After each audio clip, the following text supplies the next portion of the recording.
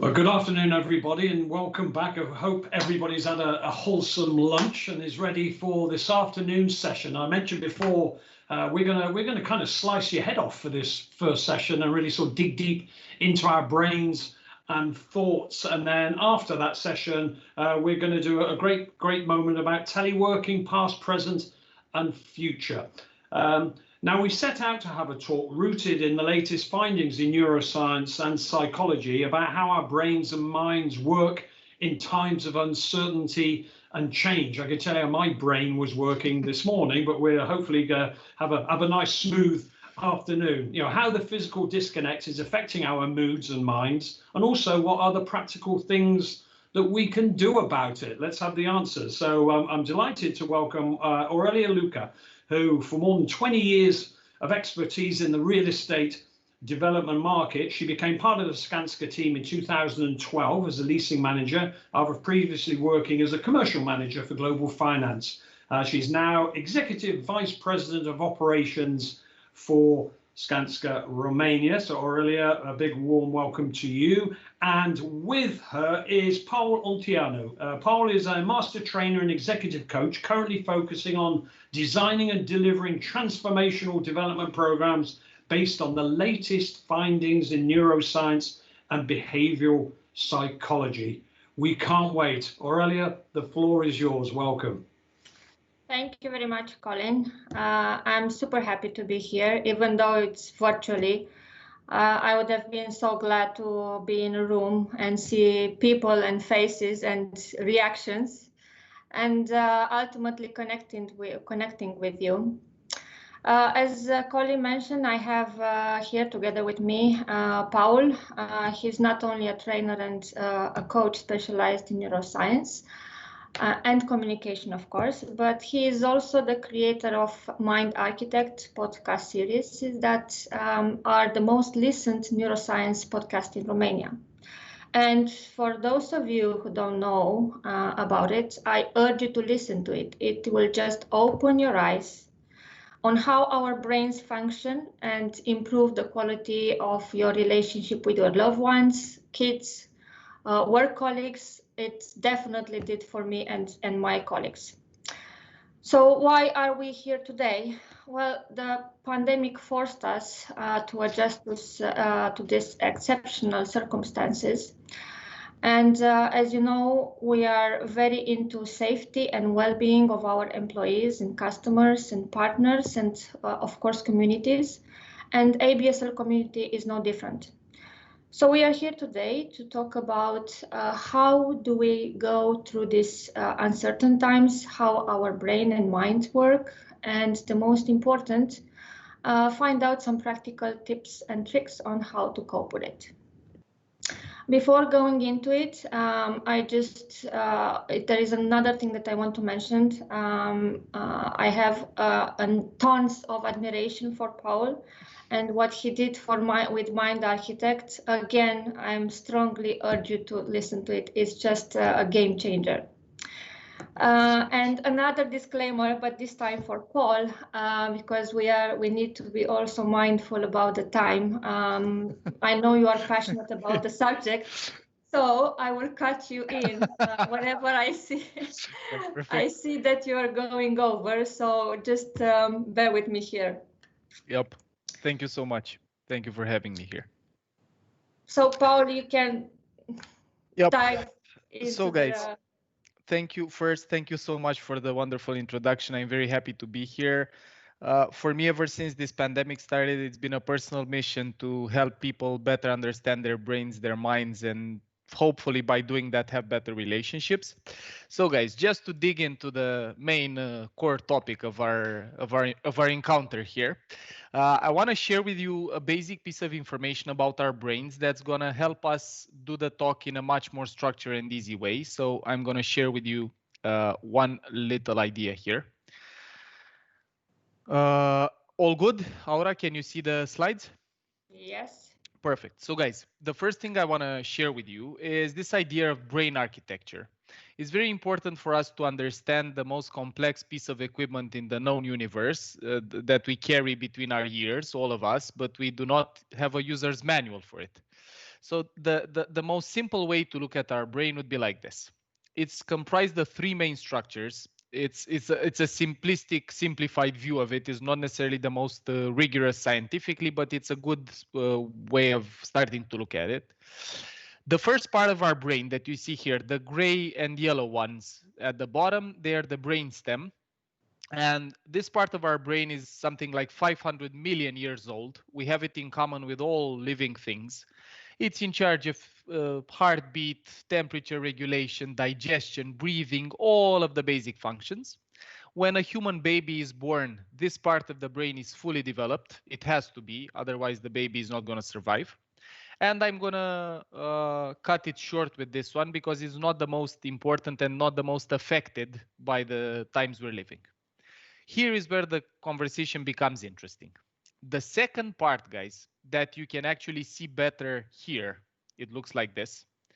It's called the limbic system, comprised of several parts, but we keep it simple. The limbic system, the second structure, the second area, let's say.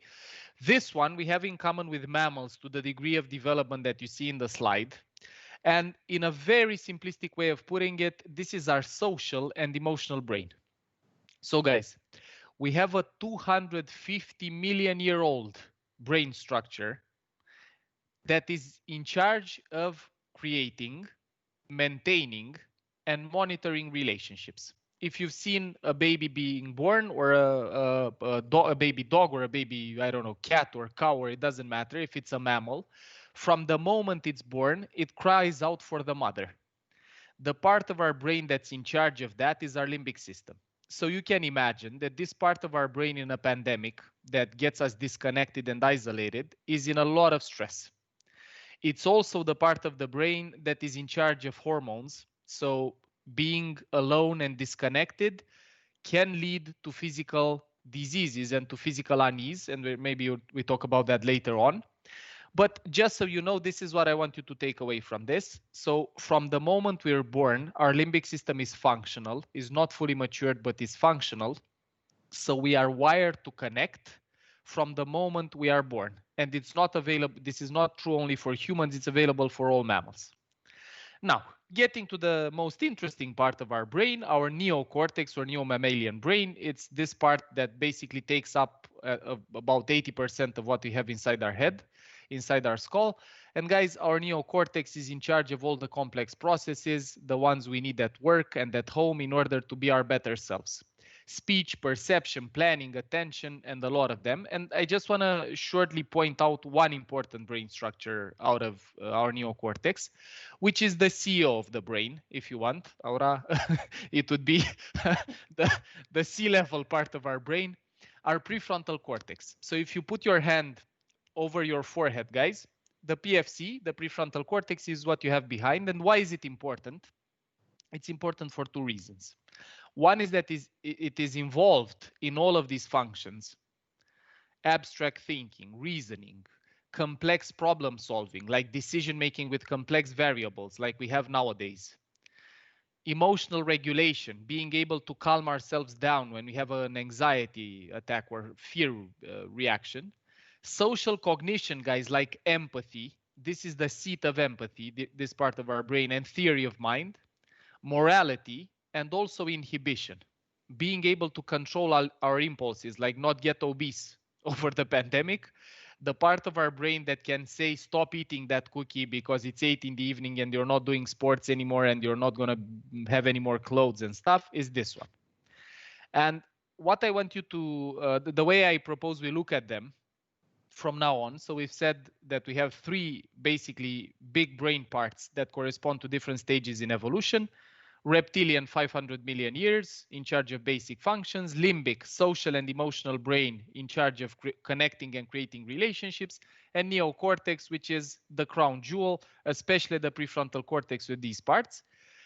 The last thing I want to say at this introduction into our brain, guys, is that we can look at them in this way.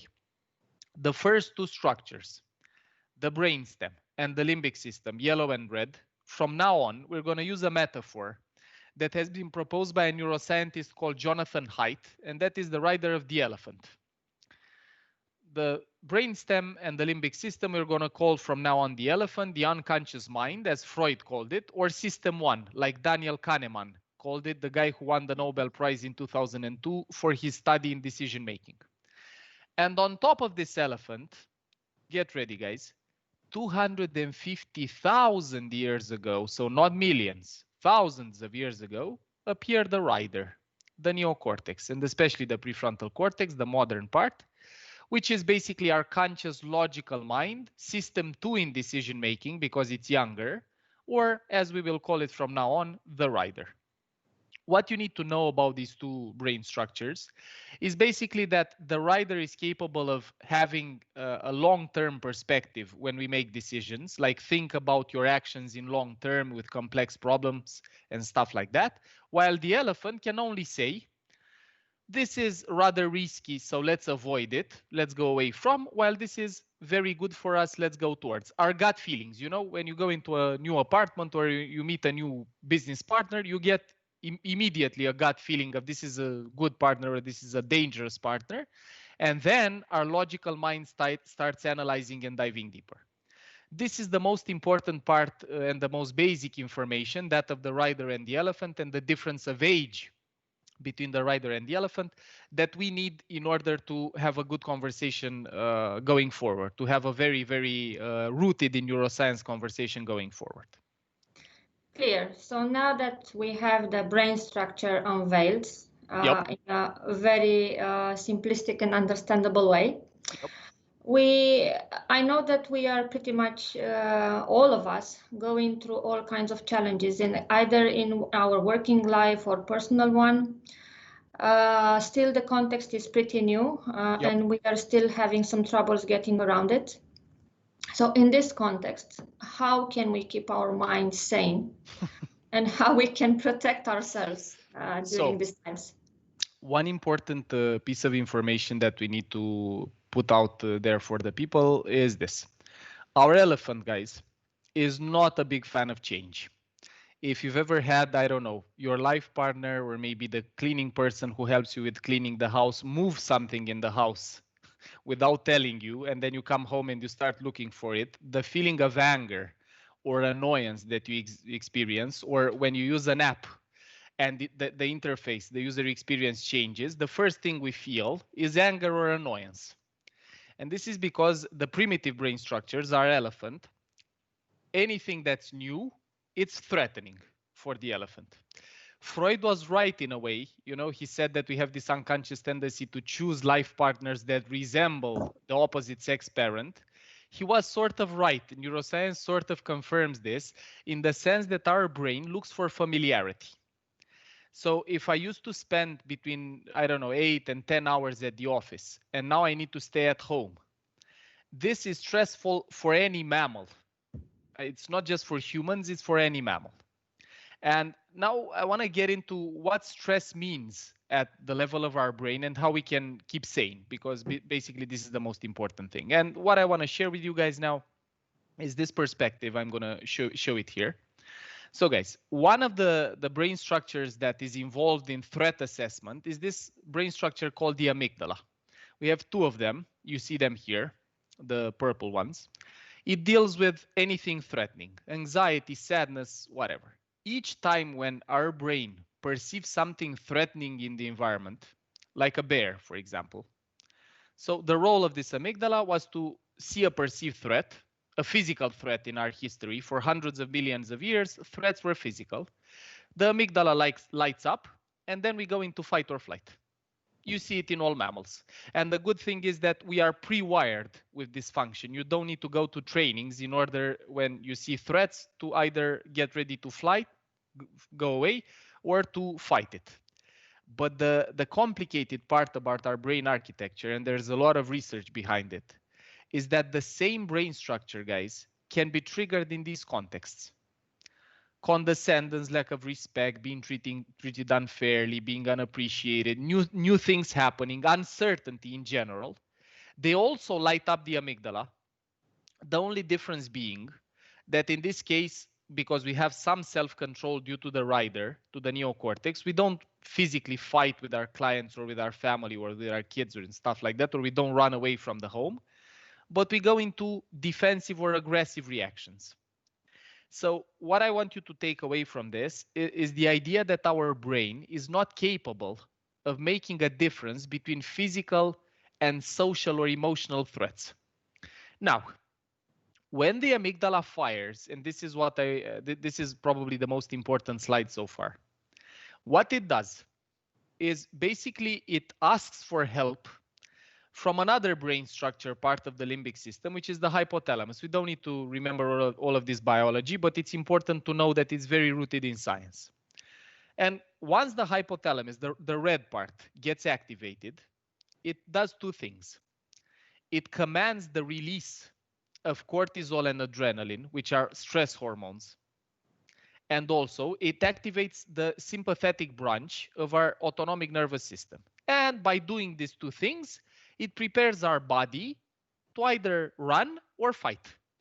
And Laura, this is where it gets interesting, because these are the changes in our physiology and in our brain. So first thing that happens when you are filled with cortisol, the stress hormone, is that alpha waves, which correlate to creativity and insight and being innovative, go down, while beta waves go up. Beta waves are complex cognition. When Uber is waiting for you and you've lost your keys, or when you're ready to go into a, I don't know, presentation and you can't find the slides, your brain is in beta activation. There's a lot of energy, a lot of cognition going on, and this is exhausting. It's very useful, but it is exhausting. The second thing that happens at the cognitive level is basically that we get dumber. Excuse the language, but this is what happens. When we get stressed, our mental focus goes down because the PFC, this part of the brain, the prefrontal cortex, is in charge of it. And this is the first part that loses blood and oxygen when the limbic system starts firing up. We lose mental focus, we lose cognition. We can't remember things. You've experienced this probably in public speaking. Mm-hmm. While you're sitting down, you remember everything. You stand up in front of the crowd, part of the ideas go away. Why? Because the amygdala took control. And the limbic system starts firing up, which means you become more reactive emotionally. You're far more easily triggered. And this is where I want to go next. Look what happens at the physiology level. Heart rate goes up because your body is getting ready to fight or fly. Blood pressure goes up. You breathe more heavily to have more oxygen. Blood sugar goes up to have more resources. And this is the most shitty part of it. Immunity goes down, digestion goes down. And guys, it's logical.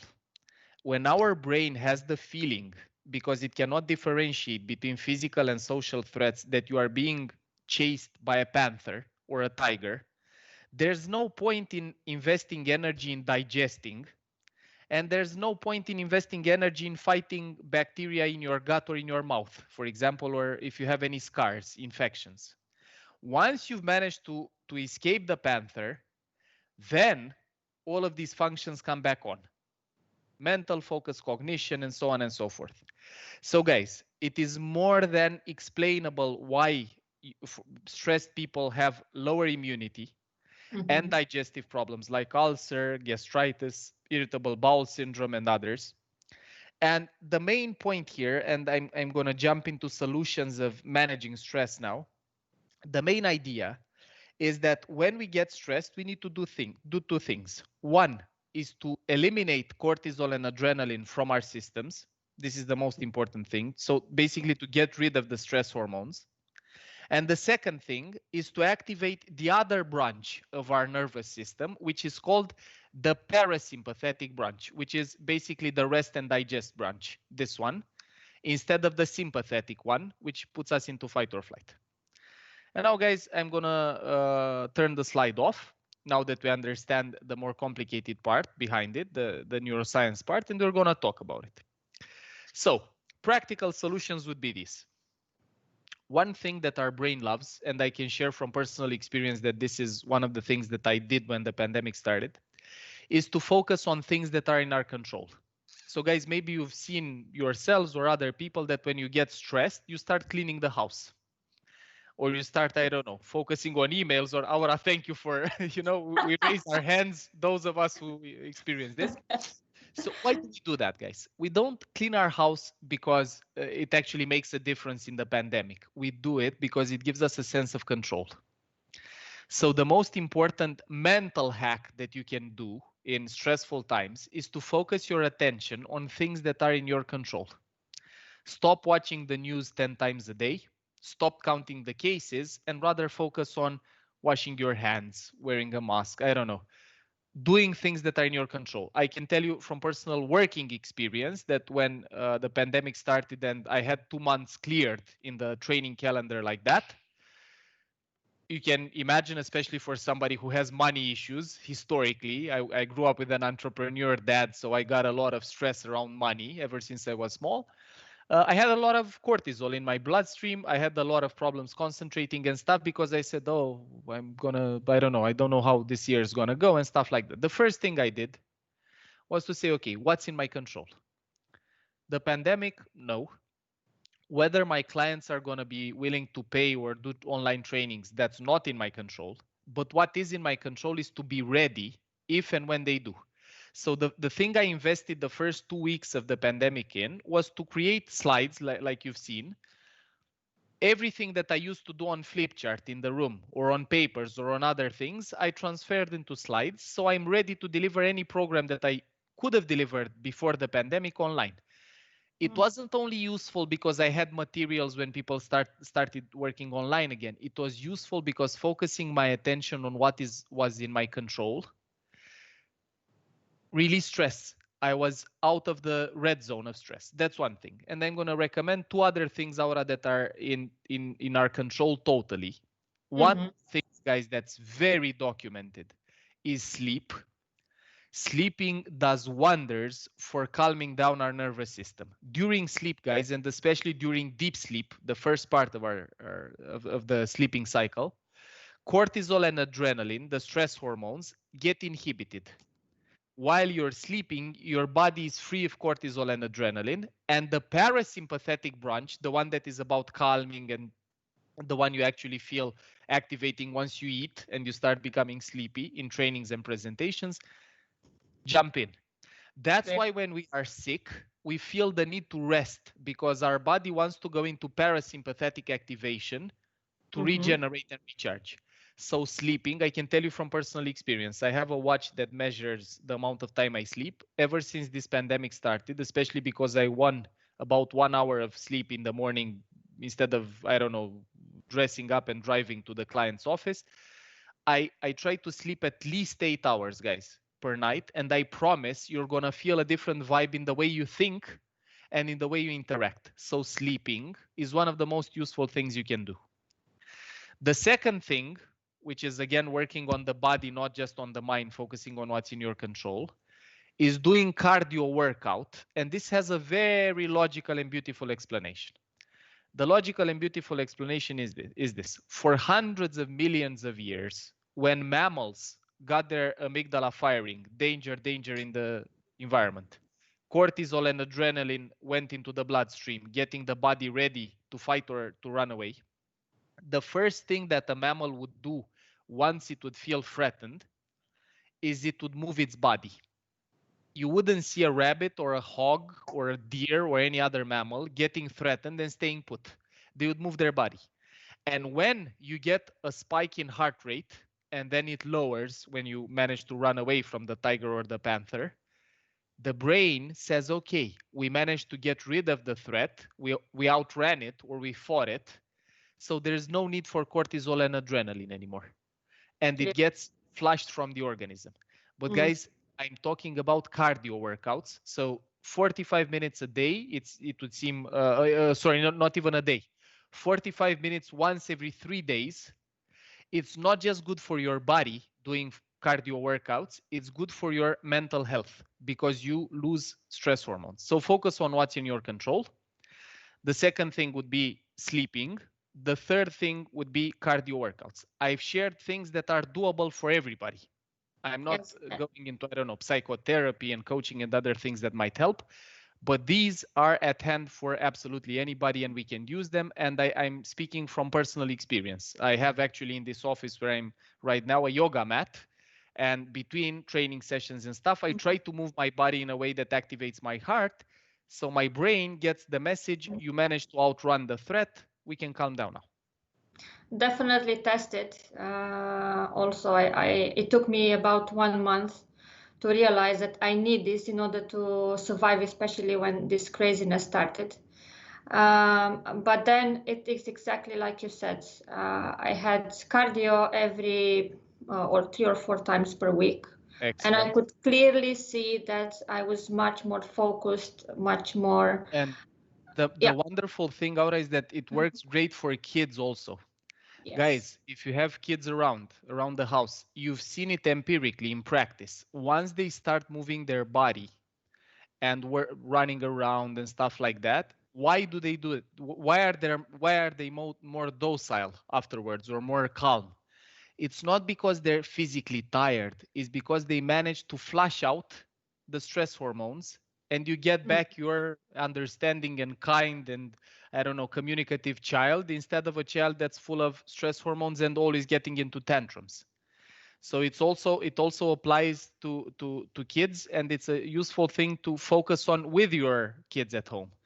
Get them to move their body. True. Now that you mention kids, just to make things more complicated, Yeah. I'm pretty sure that all of our, or most part of people, of the people watching us, they have disturbance elements at home.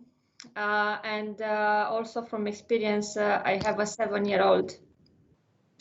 And well, besides the school, the online school, which it's a totally different discussion and a challenge, it was really, really hard for him to understand why I'm at home and not so much interacting with him, just pretty much staying the whole day in the room, talking to this nice laptop.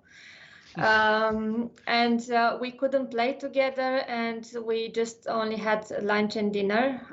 And suddenly he just made this gesture that really touched my heart. He started to send me love messages, like little hearts and flowers, under the door.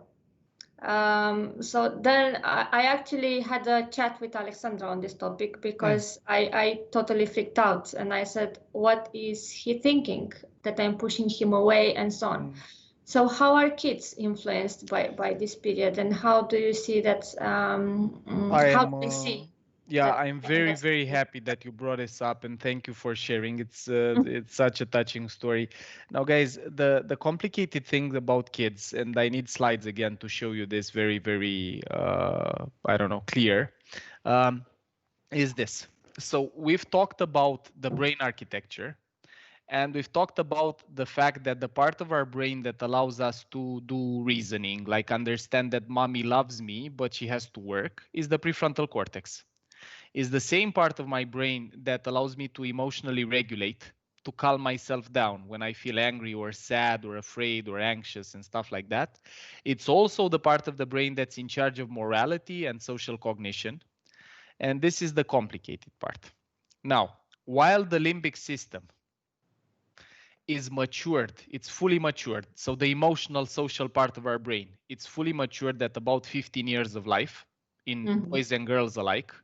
So basically at 15 years of life, your emotions are as ready as there ever be for life. You get a lot of emotional impulses, you get sexual impulses, which is again the limbic system's job. The complicated part, guys, is that the prefrontal cortex, if you want in a car metaphor, think about it this way. At 15 years of life, you have an engine that has 700 horsepower. So a very strong engine that gives you a lot of motivation, especially around social things, getting together with friends, finding a girlfriend, stuff like that. Energy, yes. Exactly. And you have the steering wheel and the brakes, which is the prefrontal cortex, made out of wood, because the PFC matures at about 25 years of age. So guys, in teenagers, if they're not capable of concentrating in online school, if they do not understand that the reason why you're not with them is not personal, is the fact that you have to work to provide for the house and them and stuff like that, it's normal that they don't understand that because their brain is not fully matured. So all of these functions that make us functional members of society, inhibition, attention, decision making, and so on and so forth, they get matured at about 25 years of age. And for the more scientifically oriented people in the group, I can show you this is the brain of a 5-year-old, where red is not fully matured, is less matured, and violet or purple or whatever this color is fully matured. And you can see at a 5-year-old, only the visual cortex, this part of the brain in the back here is fully matured. So at 5 years of age, you can see great. Your eyesight is beautiful. But the executive functions, this DLPFC, dorsolateral prefrontal cortex, it's way behind. A preteen brain, this is probably where your kid is about now, Aura, is on the way. Yeah, it's on the way, but not there yet. You can see here a teen brain. And guys, with teens, they have some discernment, some inhibition, but I underline the word some, you know? And at about 20 years of life, this is where it starts getting fully matured. It goes up to 25. And if you've seen after 25, we become better at creating savings, at not drinking until the morning when we go to parties. We become far better at impulse control because our brain is ready for that. So if you're parents in the audience and you'd like to use neuroscience to have better relationships with your kids, two things you need to know, guys.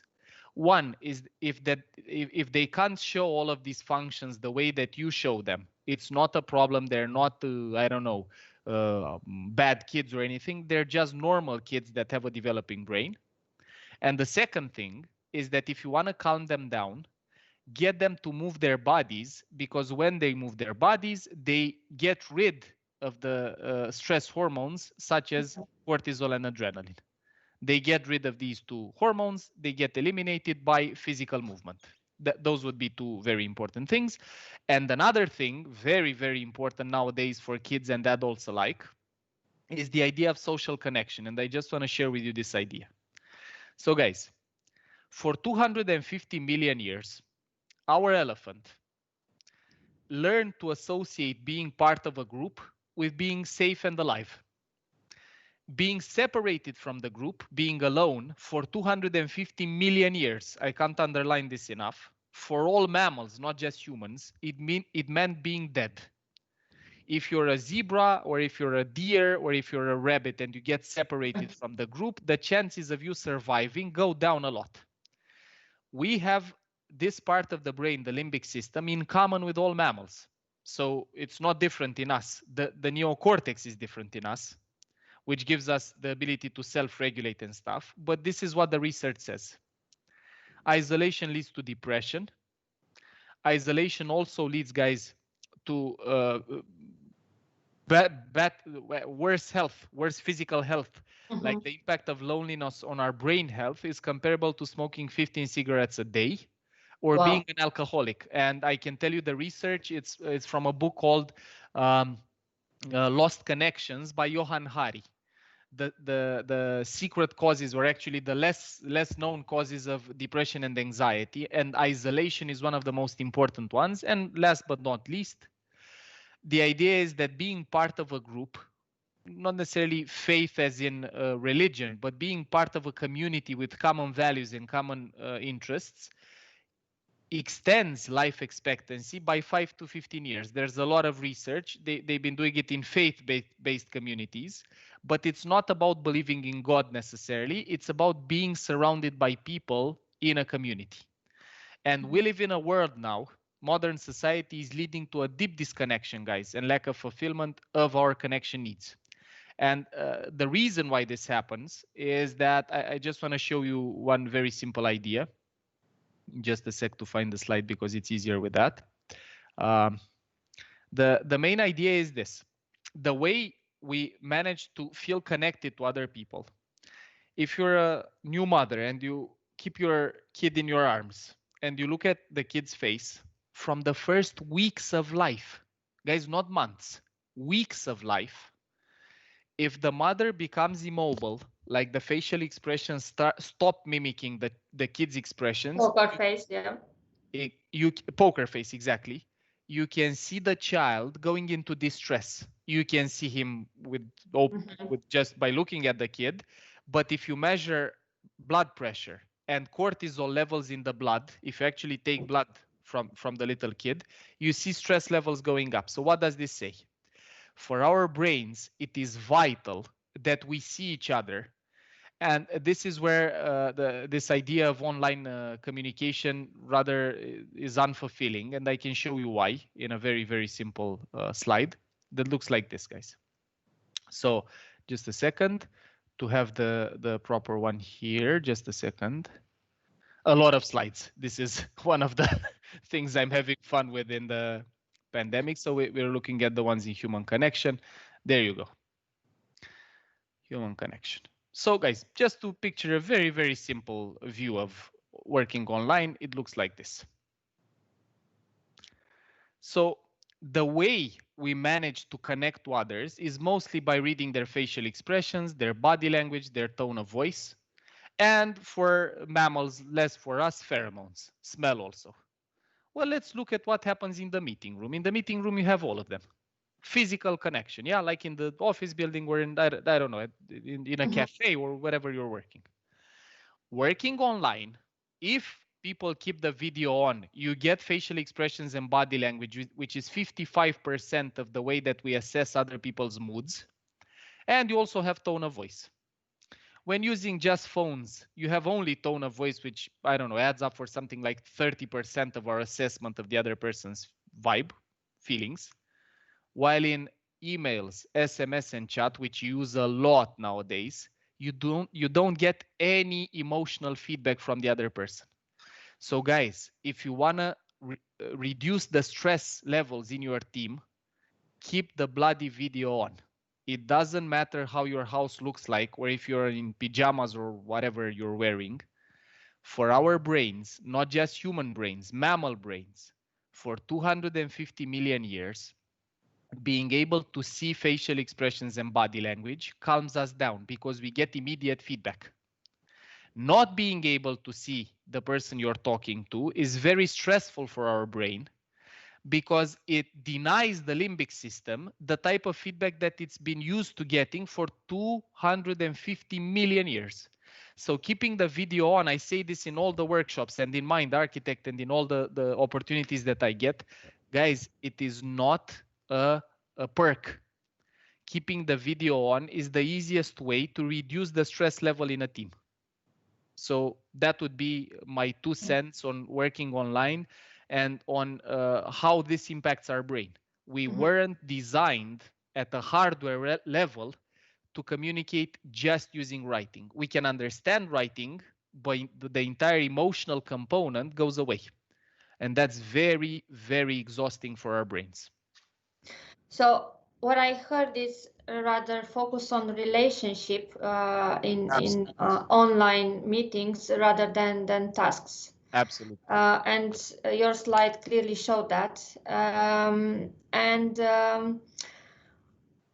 Going further, you also mentioned that during the virtual meetings, the message should be 2 or 3 times more positive than normally and how it is perceived. Yeah. So maybe we can dig in a bit on that. Touch on that, yeah, sure. So the idea is that, unfortunately, and it's a very easy way to test this, our brains have a tendency to weigh 3 times, 1, 2, 3, 3 times more heavily negative information compared to positives. And guys, you don't need to trust me or Aura. You can test it like this. Think of a time in your personal lives, I'm not even speaking about professional, when you change the vendor for something, banking, phones, internet, it doesn't matter. Was it because a better one appeared, or was it because the one you currently had annoyed you very, very intensely with something? They angered you. If you reflect on this, I did it in tens of trainings. People say I change vendors when I get annoyed with the current one. Not necessarily when a better one appears, but when I get annoyed with the current one. This happens, guys, because of a very simple aspect. The elephant, the primitive brain structures, focus on negative information because for hundreds of millions of years, it was very useful to focus in the environment more on threats than on opportunities, to be more reactive to threats than to opportunities. It's logical. The prefrontal cortex, the modern part of our brain, is focusing on opportunities. This is the part of your brain that says, you have a good job, let's see how we can make it better. You have a lot of money, let's see where you can invest and maybe multiply it. But it's a wise thing in an environment that was trying to kill us physically to weigh in more heavily the bad stuff, the negative information. So the logic is this. If you want to keep the rider functional, the prefrontal cortex operational, and the elephant calm, the limbic structures at ease, calm, in any meeting, in any conversation, you need to have at least a ratio of 3:1 positive information to negative. And guys, I'm not speaking about, I don't know, being hippies and going into positive psychology and making a spiral and rainbows and holding hands and stuff. No, it's not about that. It's about when I need to give feedback, for example. Do I focus just on what went wrong because I don't have time? My calendar is filled with meetings and I said, dude, I asked you 10 times to do this a different way. I'm starting to lose my patience. Please get it done by 2 o'clock today, which is gonna trigger the elephant in the other person, cortisol, adrenaline, and so on and so forth. Or I say, it is very important that you listen to me this time. We have a presentation. It needs to get done by 2 o'clock. Let me know if I can assist you in any way in doing this. It's important for me that it is done in this way. And then not only this, but looking at what the people in the team have done right and offering appreciation, guys. And it's a very simple and logical reason behind it. And I want to share it with you. So I'm going to show you a slide here. Guys, when we get appreciation, I want to show you what happens at the hormone level. When Aura says, I love Mind Architect, it made an impact on my life, I got a flash of dopamine, which is a happy chemical, a motivation chemical.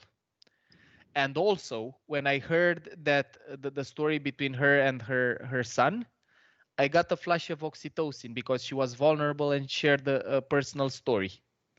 And when I heard that Mind Architect actually makes a difference in people's lives and she shared it with you guys on stage, I got a serotonin flash, which made me feel important and appreciated and respected in the social context. So guys, being appreciative of the other person in your team, the colleagues, the manager, doesn't matter. You're not doing it to be hippies. You're doing it to have the proper chemistry in the other person's brain, so they operate more from the rider with empathy, complex decision-making, inhibition, attention, so on and so forth, and less from the elephant, which is basically dominated by cortisol and adrenaline. These are the hormones that get the elephant running. And you see, Aura, it's very interesting because we have only 2 for negatives, 2 for survival. Cortisol, which gives us vigilance, anxiety, and fear, and adrenaline that puts us directly into fight or flight. While we have a lot of them, and these are just some of the happy chemicals, there's a far more neurotransmitters that make us feel good. So the idea would be to focus 3 times, guys, on the positive more than on negative information, and not only at work. I can share from personal experience also, because I think this one matters a lot. When the pandemic started, I finally got the chance to enjoy this neighborhood that I'm living in, which is filled with green trees and stuff, during daytime. I've been living here for 2 years, and with the exception of weekends, I haven't seen this neighborhood during the day. I can focus on the fact that maybe I get 1 more hour of sleep in the morning, myself not being a morning person. I can focus my attention on the fact that I can have brunches or lunches with my wife, which I never had outside weekends, and stuff like that. A lot of good things are around if you focus on them. The problem is that our minds are designed to weigh in more heavily the negative, 3 times more heavy. So it's a conscious effort to keep yourself in a good mental space, but it's totally worth it. You can ask your kids or your spouse at home as a practical piece of advice, What did you experience nice today? Tell me about the good things that happened to you today. So focus their attention on what happened, what nice things happened in their life. It's not about positive psychology, it's about brain chemistry and having the right amount of positive chemicals that keeps us in our best shape possible. Clear. Unfortunately, time is running out, and I would really, really love to spend more time on this. And I'm such a huge fan. As I said before, is just sometimes mind-blowing how these podcasts are reminding me of basic stuff of interaction with not only my kids at home and my family, but also with my colleagues. And it really makes our lives easier in the office and how we communicate and we relate through these tough times. I'm very happy. Paul, thank you very much. Now it's much more all clear for me, even though I'm following your material for quite a while now. Thank you so much. I know I hope we have some questions, and Colin, I hope we do have a bit more time to answer if there are any. We do indeed. We have a couple of questions, and thank you, Paul, for that. Good love. I wasn't sure whether I was actually in a therapy session myself. I didn't have to sit on the sofa or lay down on the sofa, but whatever. Thank you for that. We have a couple of questions for you. One of them, I'm not sure who it's come from. It's been sent through me by Andrea from ABSL. Said, we discussed about how we can make ourselves feel better or calm down. What I am particularly interested in is how we can train our brain to use that prefrontal cortex as much as possible. I understand that practice is the first part of it, but was wondering if you have any particular techniques to train our brain to resort to the cortex, especially in business and long-term decisions. Yeah. So it's a great question, and I love it because it allows me to simplify the answer into two branches. So guys, in order to have a more functioning prefrontal cortex, you can do one of two things. Reduce the stress level in your life, because the moment when the elephant feels threatened, it basically hijacks the PFC because it has 250 million years versus 250,000 years. So that's one thing, and we've addressed it. Sleeping, focusing on what's in control and stuff like that is stress reduction. In order to get the PFC to run better, if you want to train it, you can do the following things. I'm going to show you again this slide. And the logic is very simple. Anytime when you practice abstract thinking, reasoning, inhibition, like not eating after a certain hour, like in intermittent fasting, for example, maintaining attention on something like meditation, and I'm going to show you a slide on that. Anytime when you practice any of these functions, you're training your prefrontal cortex. I can give you a very simple example. I used to play professional volleyball for 8 years. And in volleyball, you cannot pay attention to anything else but the ball, because otherwise you're going to get your teeth knocked out. At the level that we used to play, especially at the end of my volleyball career, if you got a ball in your teeth, you would lose your teeth. So even sports, if they're engaging like tennis or volleyball or basketball or fast-paced sports, they also train the prefrontal cortex. But one of the most documented and researched ways of training your brain, and guys, this is not new age voodoo magic or anything, it's mindfulness and meditation. I'm going to show you just a second slide. Actually, I want to show you this slide. It's a meta-analysis, so a compilation of studies that shows the effect of meditation after what amount of time. And I'm going to show you the data here. So after 15 minutes of meditation, people are better at decision making, for example, reducing the vulnerability of sunk cost bias, which is very important, especially in real estate. After 100 minutes, which guys, 100 minutes doesn't mean you have to meditate for 100 minutes a day. You need to meditate for 10 minutes for 10 consecutive days. You get measurable changes in attention and self-regulation. So you calm down better. And this is something you can train your kids to do also. And also focus more on meetings or school and stuff like that. And going forward, look, if for 10 minutes for 14 days, 10 minutes per day for 2 weeks, students had better cognitive performance, as in their standardized testing scores got better. And I can tell you the thing, I'm not there yet, so I'm far from 1000 plus hours. After 1000 plus hours of meditation, you get physical restructuring of the brain. The gray matter in the PFC gets thicker, the gray matter here, while the size of the amygdala, the two structures left and right that hijack our PFC when they feel threat, they get smaller. It takes a lot of practice, but meditation is the most documented piece of training your PFC out there. Okay, thanks for that. The next question, we've got a few minutes left actually. So if anybody watching wants to throw a question to Dara or to Paul, but Paul, the next question comes from me actually, because you know, I was raised as a young boy that I was taught that if anybody says I'm fine, it meant the opposite. I think it was feeling insecure, needing empathy.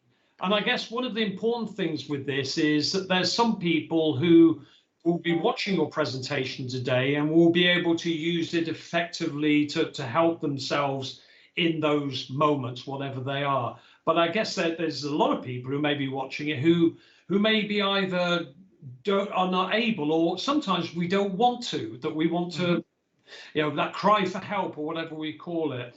So what's your advice to people in the workplace when they see somebody who's displaying those symptoms?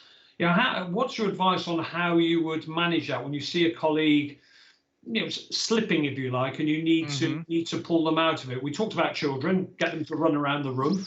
Yeah, and let them sleep, for example, because in kids, in adolescents especially, they need about 11 to 12 hours of sleep. They're not lazy or anything. That's the amount of time a developing brain needs in order to develop correctly. So guys, this is one thing that I really care about, and thank you, Colin, for the question. Is really important. Focus on being functional yourselves first. You know, in Romania, not only in Romania, we have this sort of savior complex. Some people have a tendency to go into overdrive in helping others at the expense of their own health. This is my mother, for example. My mother has a tendency to self-sacrifice in order to help everybody in the family. But the logic is this: the only way in which you can be a sustainable source of help for the people around is by first managing your own energy.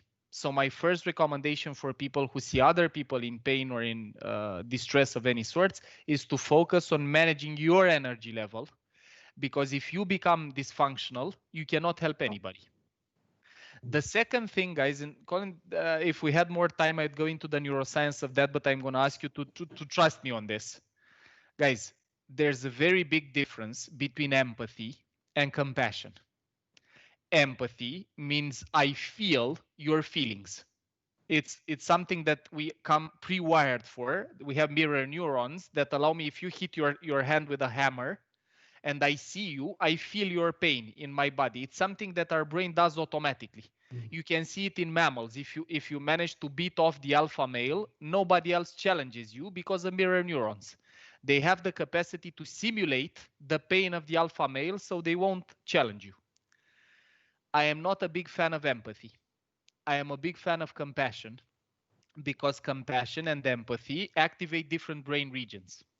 In empathy, I feel your pain and I might get overwhelmed with it. If I stay in your state, you know, I feel your sadness, I feel your anxiety, it charges my body and I might get dysfunctional. Compassion means the following thing. First, I feel your pain. I've seen you hitting with yourself with a hammer by mistake when putting down nails. And then I say, oh, you poor guy, I'm going to go get some ice and I'm going to go bring you some disinfectant or something. The cool thing is that while I'm running to get disinfectant and I don't know, whatever, ice or whatever, I don't feel distressed. I feel motivated to help. I have dopamine going through my brain and through my blood, not cortisol. So the main advice, the second piece of advice, not only focus on keeping yourself functional, the second piece of advice, guys, is it's very important not to dive into the other person's feelings, but get a taste of them. Okay, I see you're in pain. Let's see how I can help you. Mobilize action.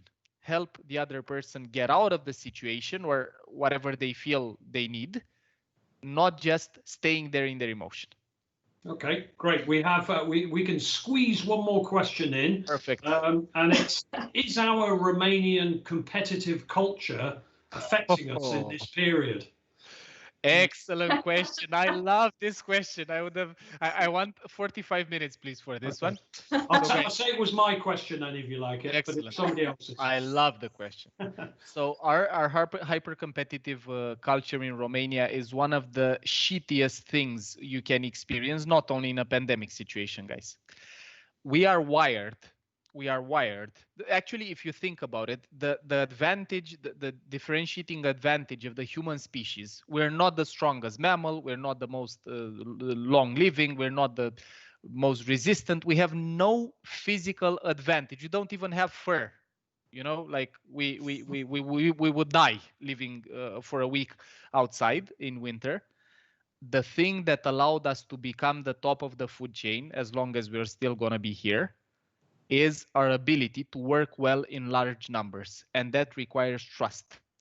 Now, if I had more time, we would go into the anatomy of trust, but we don't have time for that. I can tell you this: 87,000 leaders studied, their 360 assessment studied, the main quality for a person to be trustworthy, which is vital for collaboration and for lowering stress levels in a team, is positive relationships.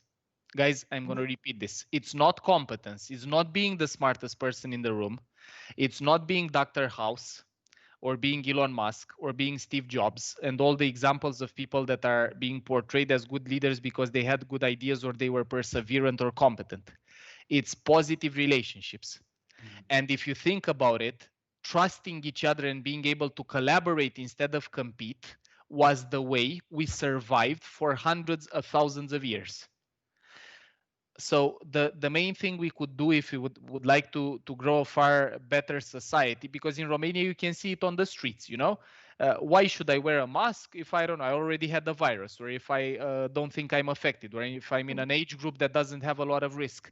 This is individualistic thinking, and you cannot go far. There was this quote, and I'm going to end with it: if you want to go fast, go alone. If you want to go far, go with others. Competitiveness doesn't allow you to go far. Okay. Okay.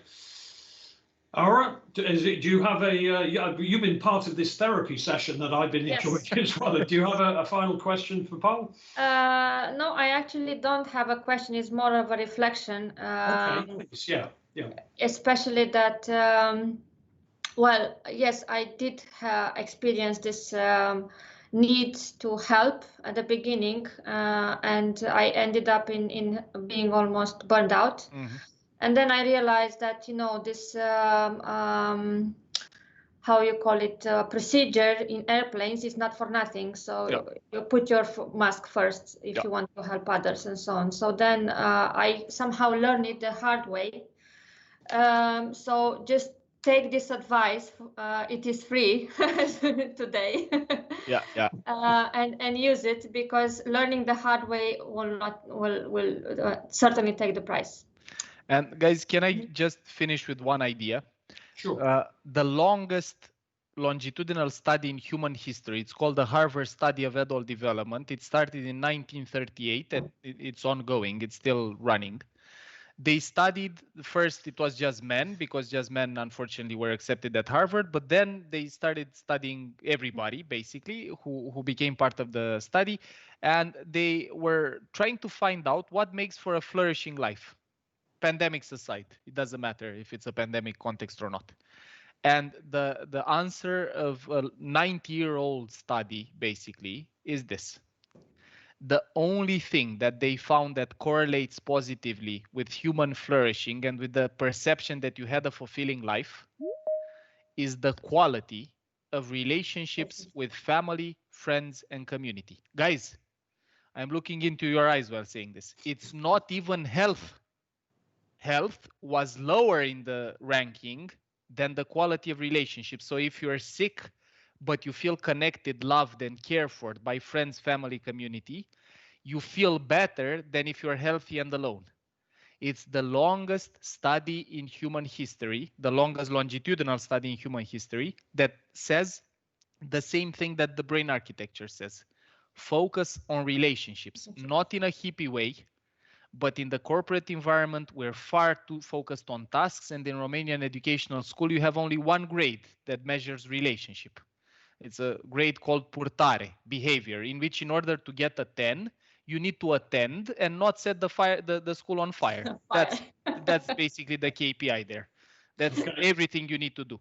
So we need to rethink stuff a little bit, because both studies and a brain architecture tell us that we're far better off together than everybody for themselves.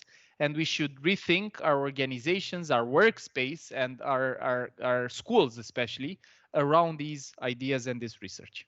Okay, perfect. Spot on timing. Aurelia, Paul, thank you very much. Everybody, if you want to click on to our next session, I'll be back with you in a few seconds. Thank you, guys. Thank you very much. Take care.